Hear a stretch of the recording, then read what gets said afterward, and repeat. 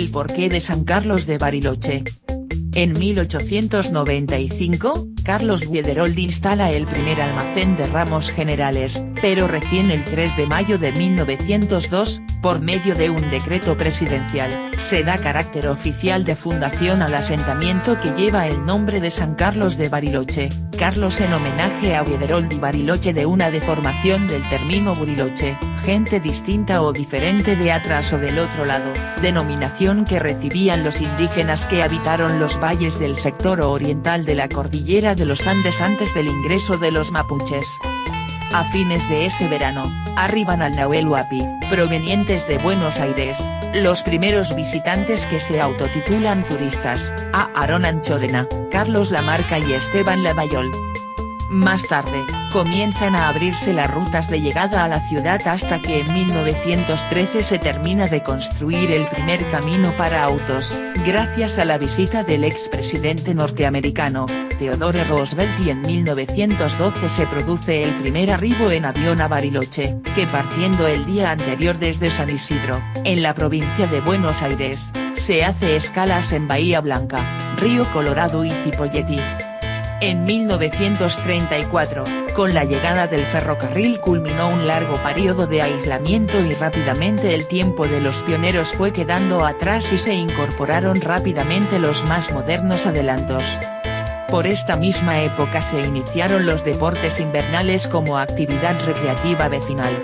La primera competencia de esquí tuvo lugar en el Cerro Otto y participaron una docena de deportistas. Esa noche hubo baile social en el Hotel Suizo y se eligió a la Reina de la Nieve. En 1936, gracias a la inspiración de Ezequiel Bustillo, y con la dirección profesional del arquitecto Alejandro Bustillo en colaboración con su discípulo, el arquitecto de Estrada, se realizan importantes obras como el Templo Mayor, el Centro Cívico, el Hotel Yao Yao, la Capilla San Eduardo, el edificio de la Intendencia del Parque Nacional, la Hostería Nacional de la Isla Victoria, la estación del ferrocarril, el Hospital Zonal, etc. Comenzándose así a delinear la vocación turística de la ciudad. Antecedentes. El hombre aparece en la Patagonia en el Paleolítico Superior, y sus orígenes datan de 30.000 a 10.000 años antes de Cristo, encontrándose testimonios rupestres de manos pintadas en negativo, similares a las encontradas en Europa. Más adelante, en el Neolítico, fueron llegando a las cercanías del lago Nahuel Huapi, desde el sur los tehuelches, del este los puelches, y del norte los pehuenches, prevaleciendo entre ellos una forma pacífica de convivencia, que terminó en el siglo XVII con el proceso de araucanización. A través del mismo, estos grupos indígenas resultaron absorbidos por la cultura mapuche o araucana, más fuerte y avasallante, y que derivara del sur de Chile, debido al acorralamiento implacable del invasor español. Medio siglo antes, ya habían llegado rumores a oídos del capitán don Francisco César, sobre la existencia de una fabulosa ciudad construida en oro y piedras preciosas, a orillas de un gran lago, en territorios del sur. Evangelizadores y militares, se lanzaron en vano a su búsqueda, encontrando muchas veces, en la combatividad de los indígenas un destino trágico y la imposibilidad de incorporarlos a la civilización europea. Tal fue el caso de los padres jesuitas Mascardi, Guillermo, Elguea y Van der Meeren o Laguna. Posteriormente, durante más de un siglo, no se tuvieron noticias ciertas de estas regiones, ya que recién en 1860 fueron emprendidas nuevas expediciones de reconocimiento, desde Chile por Cox, y desde Argentina por el perito Francisco Moreno. Este dominio indígena concluiría en 1879 con la campaña al desierto que logra pacificar totalmente la región. De su legado cultural poco ha quedado en la región de los lagos, zona depredada por el hombre blanco que se apoderó de restos arqueológicos vivientes. San Carlos de Bariloche, historia y leyendas. Antes de que el hombre apareciera en esta región patagónica, ya el medio ambiente conformaba un paisaje imponente, las abundantes precipitaciones y las grandes cuencas permitieron una exuberante vegetación en los faldeos de las montañas donde reinaba el ciprés y el gigantesco coihue. Gran variedad de vegetación arbustiva y pastos naturales albergaban una importante fauna. Las transparentes aguas de los ríos y lagos eran habitadas por la perca y el huillín, el guanaco junto al ñandú y el huemul constituían parte de esta riqueza. Desde el este al oeste se transformaba el paisaje pasando de la estepa al bosque y de este a la selva. Frutillas silvestres, michay, taique, amancay y muticias teñían con sus colores estas tierras y en la altura el cóndor presenciando un grandioso espectáculo natural. En este escenario aparece el hombre hace muchos miles de años, después de las glaciaciones irrumpen en la zona del Nahuel Huapi los tehuelches, los puelches y los pehuenches que estarán hasta la segunda mitad del siglo XVII, momento en que sus culturas serán absorbidas y cambiadas por la aparición de una raza más fuerte y evolucionada como fue la del pueblo araucano, proveniente del antiguo territorio chileno. Estos comenzaron su penetración a través de los Andes hacia el este y mercaron con su cultura a los pueblos que habitaban la Patagonia. Fueron ellos los primeros en descubrir y utilizar pasos en la cordillera de los Andes para adentrarse en el territorio argentino, itinerarios que luego en el tiempo utilizaron los españoles que habitaban el sur chileno para incursionar por territorios patagónicos a partir del año 1550. El capitán español Juan Fernández en su afán de búsqueda de la ciudad de los Césares utiliza el paso por la actual población fronteriza de Peulla y llega por primera vez al brazo Bles del lago Nahuel Huapi. Otros siguieron su ruta en el afán conquistador penetrando poco a poco en el territorio de los lagos. A partir del año 1653 los curas jesuitas también intentaron la obra evangelizadora recorriendo estas regiones y utilizando los pasos cordilleranos. Posteriormente enviados desde Chile, algunos científicos viajaron para reconocer y estudiar las características de la zona.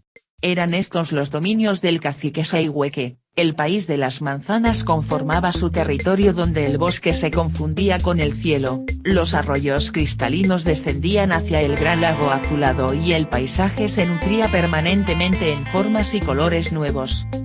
A partir del año 1872 las autoridades argentinas comenzaron a organizar exploraciones y reconocimientos de los lugares ocupados por los indios con la idea de futuras campañas conquistadoras.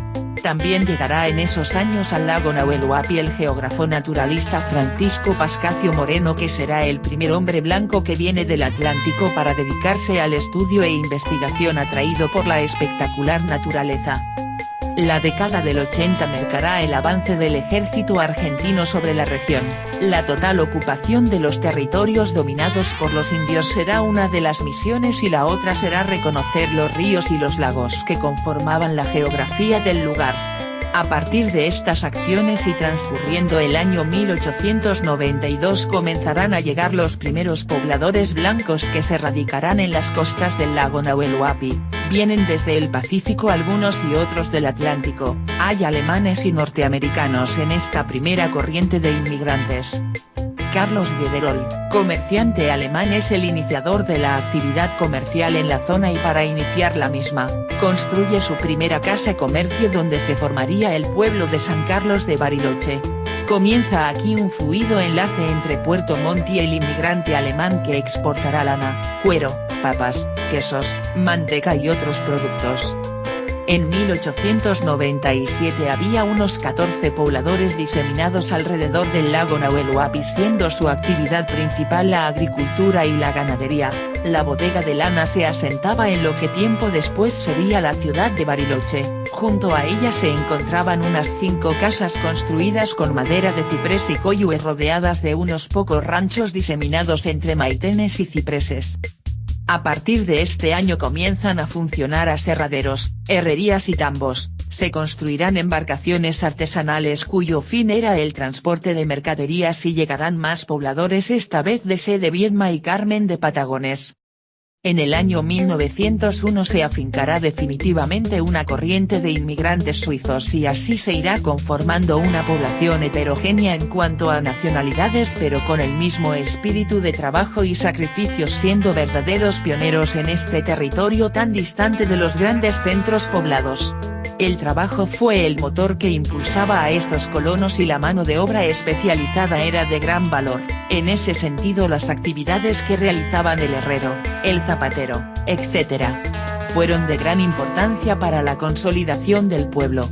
Llegamos así al año 1902, nos encontramos con un incipiente caserío con arbolado natural, casas de tablas de madera con techos de tejuelas de alerces con fuertes pendientes que darán una característica muy peculiar a las construcciones. Convivían en este ambiente chilotes, alemanes, suizos e indígenas. Leyendas. Cuando se llega a San Carlos de Bariloche, es habitual investigar sobre la existencia, ¿o no?, del monstruo del lago Nahuel Huapi, un mellizo del que aparece en el lago Ness, en el norte de Escocia. En cuanto a la presencia ocasional del Nahuelito sobre la superficie lacustre, es mucho lo que se ha escrito y dicho. Existen fotografías que lo muestran como una enorme serpiente que luce su cabeza, parte del lomo y la cola que avanza cerca de la costa. Se menea y deja una estela a su paso, como si nadara. Allá por los años 1800 y pico, los aborígenes de la zona mencionaban en sus leyendas la aparición de este ser fantástico. A partir de comienzos del siglo XX, varios estudiosos acopiaron información sobre su presencia dejando atrás lo que se creía era una fábula de los antiguos pobladores. ¿Es un animal prehistórico? ¿El resultado de un experimento nuclear? ¿Un conjunto de plantas que desde el fondo de las aguas sube hasta la superficie y se agita en miles de burbujas? En fin, las teorías pueden ser muchas. Hasta la fecha, no se ha encontrado una definición en cuanto a su extraña y esporádica presencia. Algo es seguro, el Nahuelito no toma sol ni elige mostrarse en la playa. Prefiere nadar en aguas más profundas. ¿Será posible realizar avistamientos en el futuro, como con las ballenas en el océano Atlántico? Habrá que estar atentos.